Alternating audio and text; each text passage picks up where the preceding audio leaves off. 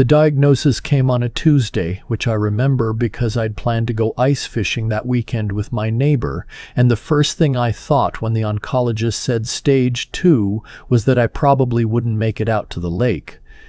That sounds strange, I know. But when something that big lands on you, your brain doesn't always go where you'd expect. I sat in that chair at the Juravinski Cancer Center in Hamilton, Ontario. Same chair I'd sat in 2 months earlier when they were just monitoring something, and I stared at the little framed print on the wall, a watercolor of Georgian Bay, and I thought about ice fishing. My name is Walter. I'm 68 years old. I spent 31 years as an actuary for a mid-sized insurance company in Burlington, and if there's one thing the career taught me, it's that numbers don't lie. And people do. I retired 6 years ago with a clean pension, a paid-off house on the escarpment, and what I thought was a reasonably good understanding of risk. I was wrong about that last part.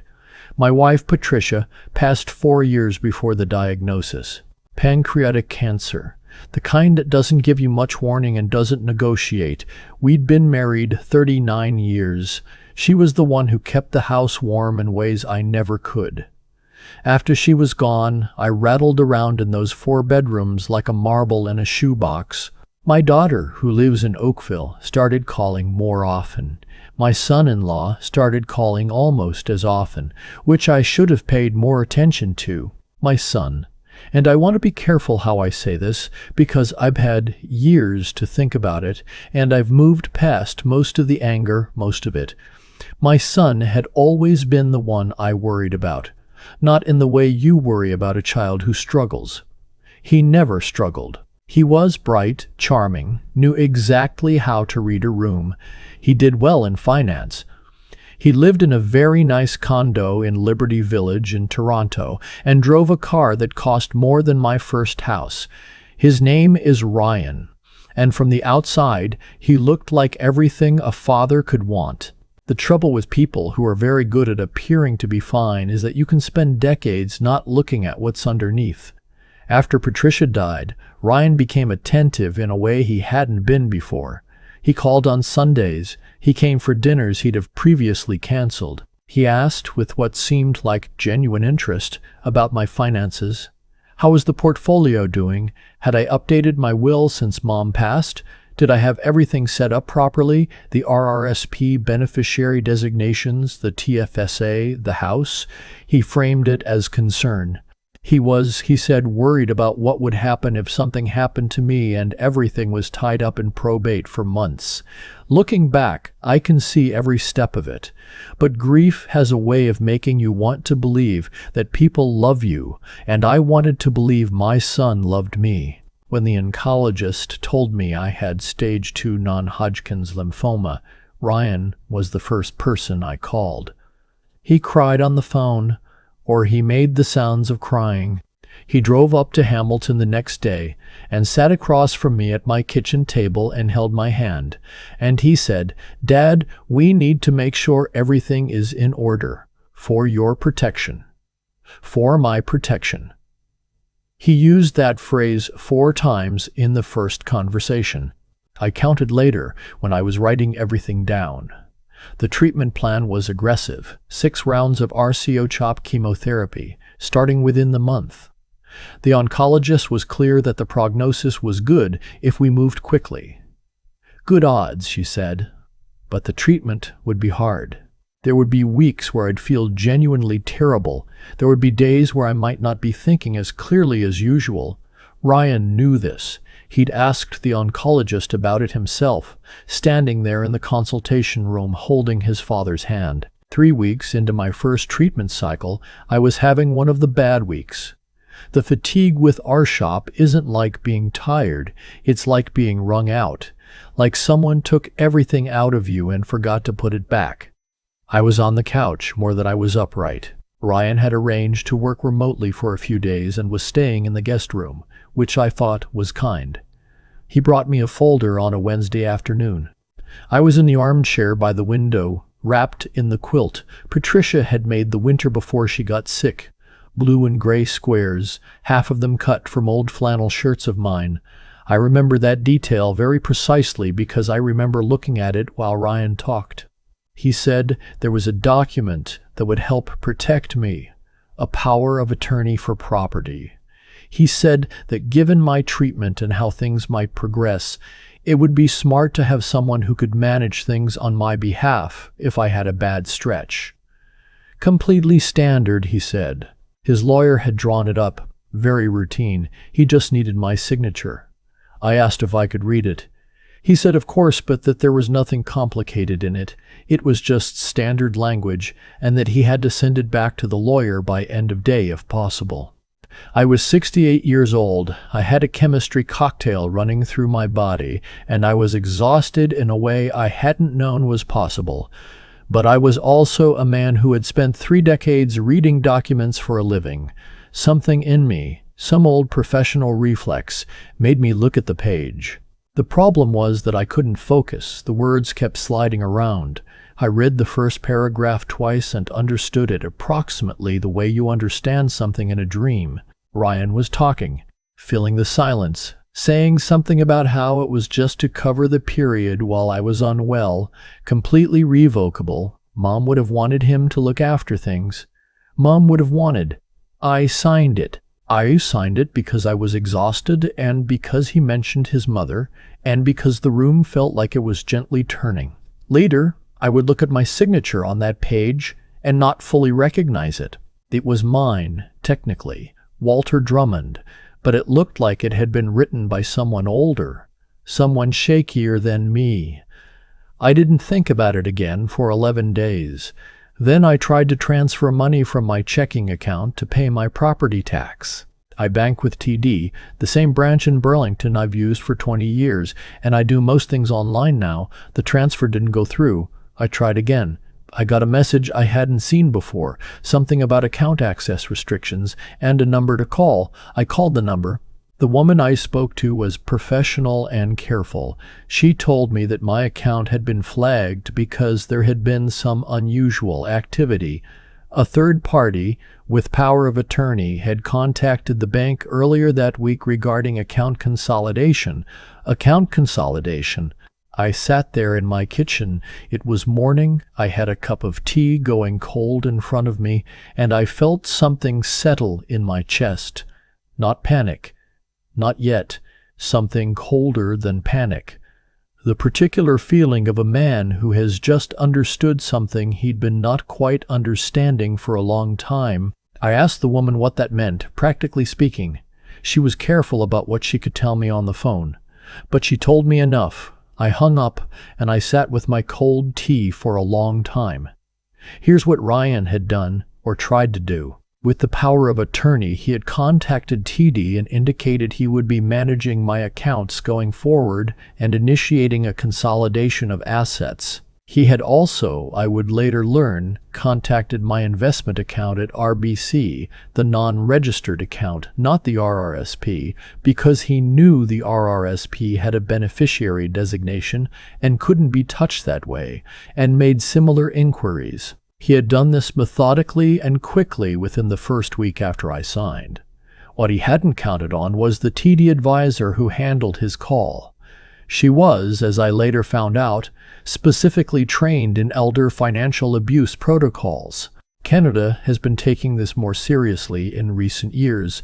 The Canadian Bankers Association has guidelines. Most of the major banks have dedicated training. When Ryan called and said he was acting under POA for his father who was undergoing cancer treatment, she flagged it internally and put a hold on any changes pending a wellness check. She had also made a note. I didn't know any of this yet. What I knew was that something was wrong, and that I had perhaps made the worst professional decision of my life when I signed that document on the bad week of my first chemo cycle. The first call I made was to my doctor. Not the oncologist, my GP, Beverly, who has been my doctor for 14 years and who knew me as a person, not a patient chart. I explained what I had signed and when. I explained what my treatment cycle had looked like that week. I asked her, carefully, what her professional assessment would be of my cognitive state during that period. She was quiet for a moment. Then she said, "Walter, I want you to come in, and I want you to bring that document." The second call I made was to a lawyer, not a general practice lawyer. I asked specifically for an estates and incapacity specialist. A colleague of Patricia's from a hospital auxiliary knew someone, a woman named Susan Park who practiced in Hamilton and who had, apparently, seen situations like mine before. Susan Park was precise and calm, and she did not waste words. She reviewed the POA document, and she asked me several questions about the circumstances under which I had signed it. She asked about my medication at the time. She asked whether I had been given adequate opportunity to read and understand the document before signing. She asked whether I had independent legal advice. Then she said something I will remember for the rest of my life. She said, "This document has significant problems, and the way it has been used in the 2 weeks since you signed it has additional significant problems. This is recoverable." This is recoverable? I'm an actuary. I understand probability. But I want to tell you that those 3 words hit me differently than any statistic I've ever calculated. What followed was not fast, and it was not clean, and I want to be honest about that, because the stories where everything resolves neatly in a week are not usually true stories. It took nearly 6 weeks. There were letters sent to the banks. There was a formal legal challenge to the validity of the POA, supported by a letter from Beverly documenting my medical state at signing. There was a conversation with Ryan that I don't have words for yet. That conversation lives in a part of me that hasn't fully processed it and may not for some time. But here is what Susan established. Under the Substitute Decisions Act in Ontario, a power of attorney for property can be challenged if it can be demonstrated that the grantor lacked the capacity to understand the nature and consequences of the document at signing. My medical records from that week, the dosage logs, Beverly's notes from a check-in appointment 2 days after I signed, her documentation of the cognitive side effects I'd reported, all of it created a picture that supported the challenge. The POA was not automatically voided, but it was frozen pending review, which was enough. The banks cooperated. The accounts were unfrozen. Nothing had actually been moved. Ryan had made inquiries, set things in motion, but the TD advisor's flag had slowed him down just enough. He had been operating on the assumption that it would all be completed before I understood what had happened. He had forgotten, or perhaps never fully understood, that I spent 31 years in a profession where you model risk and where you know in your bones that the scenarios you don't plan for are always the ones that get you. I had a conversation with my daughter during this period that I want to tell you about because she deserves to be in this story. She had known, in a vague and uncomfortable way, that something strange was happening. Ryan had called her at some point and said things that hadn't sat right with her. She had pushed it down because she didn't want it to be true. The way you push things down when accepting them would mean blowing up the map of your family. When I told her what had actually happened, she cried, not in a dramatic way, in a quiet, tired way that told me she had been carrying something she hadn't let herself name. She drove up to Hamilton, and she sat at my kitchen table, and we drank tea, and she said, "I'm so sorry, Dad. I should have looked at it more carefully when he told me about the POA. I told her she didn't do anything wrong.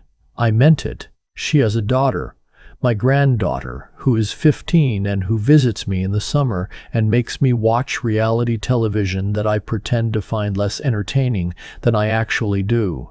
She has her grandmother's eyes. She has Patricia's way of listening to people, where she looks right at you and you feel heard in a way that most people can't manage.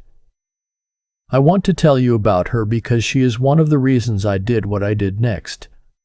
After the POA was voided, I sat down with Susan Park again.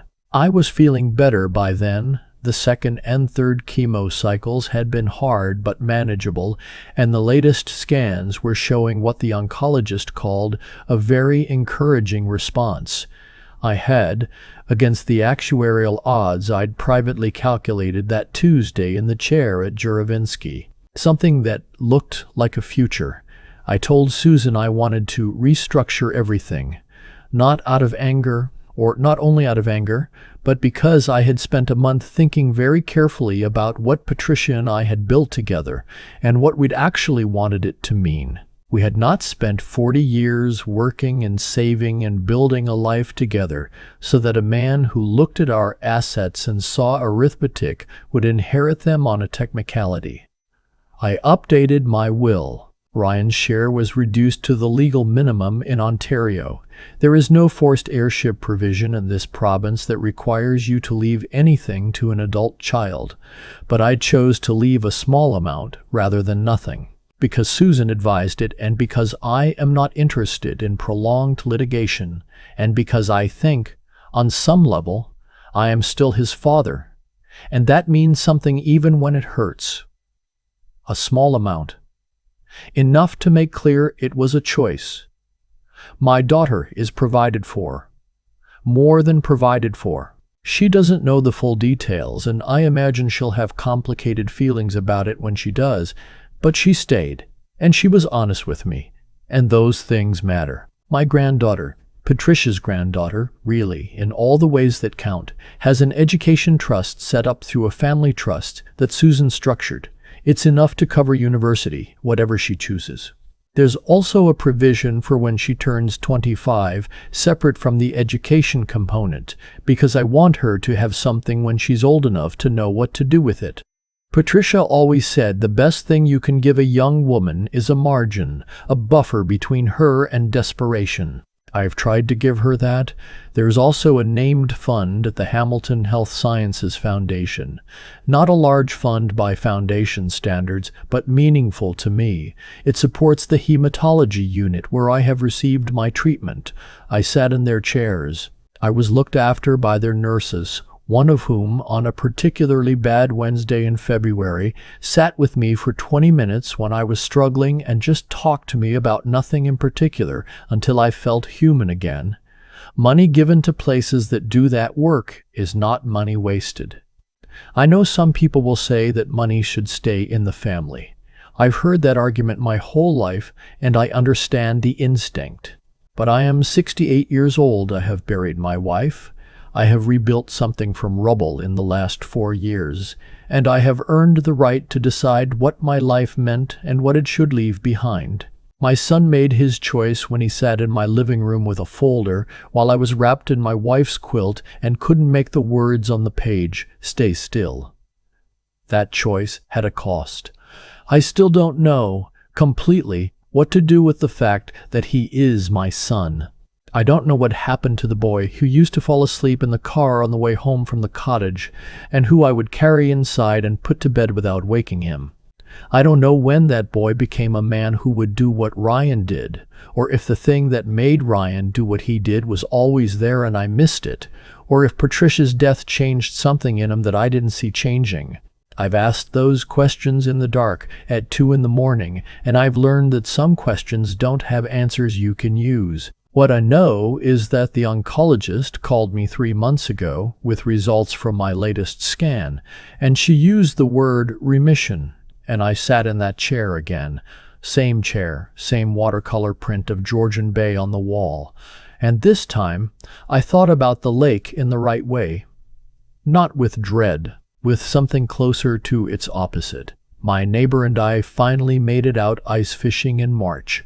It was cold the way March is cold in Ontario, which is to say brutally and specifically, and in a way that somehow still surprises you every year. We sat out on the ice for 3 hours and caught 4 perch between us and drank coffee from a thermos and didn't talk very much. It was one of the best mornings I've had in years. That night, I called my daughter, and she told me about a school thing my granddaughter had done. And I laughed at the right parts and felt the familiar warm shape of a family that had survived something. That's what I want to leave behind. Not money, though the money matters, and I have made sure it goes where it should. Not the house, not the portfolio. The sense that a person can sit on the ice in March and feel, genuinely, that the morning is good.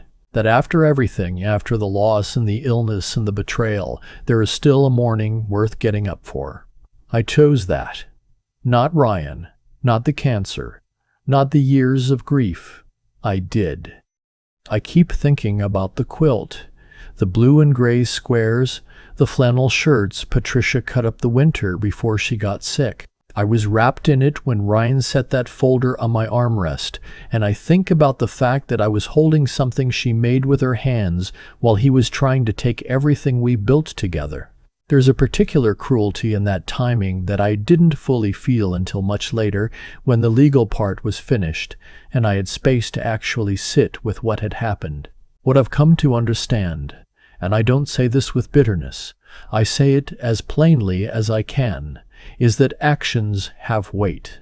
Not in any mystical sense, just in the practical, observable sense that I watched play out over those 6 weeks. Ryan moved quickly because he believed I was too depleted to notice. He was counting on my exhaustion, on my grief, on the fact that I was 68 and sick and alone. Every choice he made was built on that calculation, and every consequence that followed came directly from it. The bank advisor flagged his call because she was trained to recognize exactly the kind of approach he used. Beverly's notes documented exactly the kind of week I was having when I signed. The POA itself was drawn up in a way that a proper estates lawyer could challenge. He had been careless because he thought he didn't need to be careful. That's what happens when you make choices without integrity. Not punishment from outside, just the natural weight of the choice itself pressing back. What protected me wasn't luck. It was the accumulation of a different set of choices made over a long time. 31 years of reading documents carefully, 14 years of being honest with my GP so she actually knew me. A lifetime of not burning the people around me so that when I needed Susan Park's full attention, I had it. The habits of a person who tried to do things properly. They were still there when I needed them, even when I was too tired to feel like myself. I think about my granddaughter. She's 15, and she doesn't know most of the story yet, and when she does find out someday, I hope what she takes from it isn't the betrayal part. I hope she takes the other part, that her grandfather sat in a chair at Juravinsky on a bad Tuesday and then got up and figured out what to do next. Not heroically, not without fear, just steadily, one call at a time, the way you get through most hard things. That steadiness is something you build. You build it by being honest when it's inconvenient. You build it by using your mind properly, even when your mind is the thing under attack. You build it by not giving up on the problem in front of you just because you're exhausted. I had been building it for 68 years without knowing I would need it for this particular thing. But I needed it, and it was there. I'm in remission now. I go ice fishing. I call my daughter on Sunday evenings. The house on the escarpment still has Patricia's quilts on the chairs, and I still make tea in the same pot we bought at a market in Stratford 20-something years ago. The life I have is the one I chose to protect. That's not a small thing.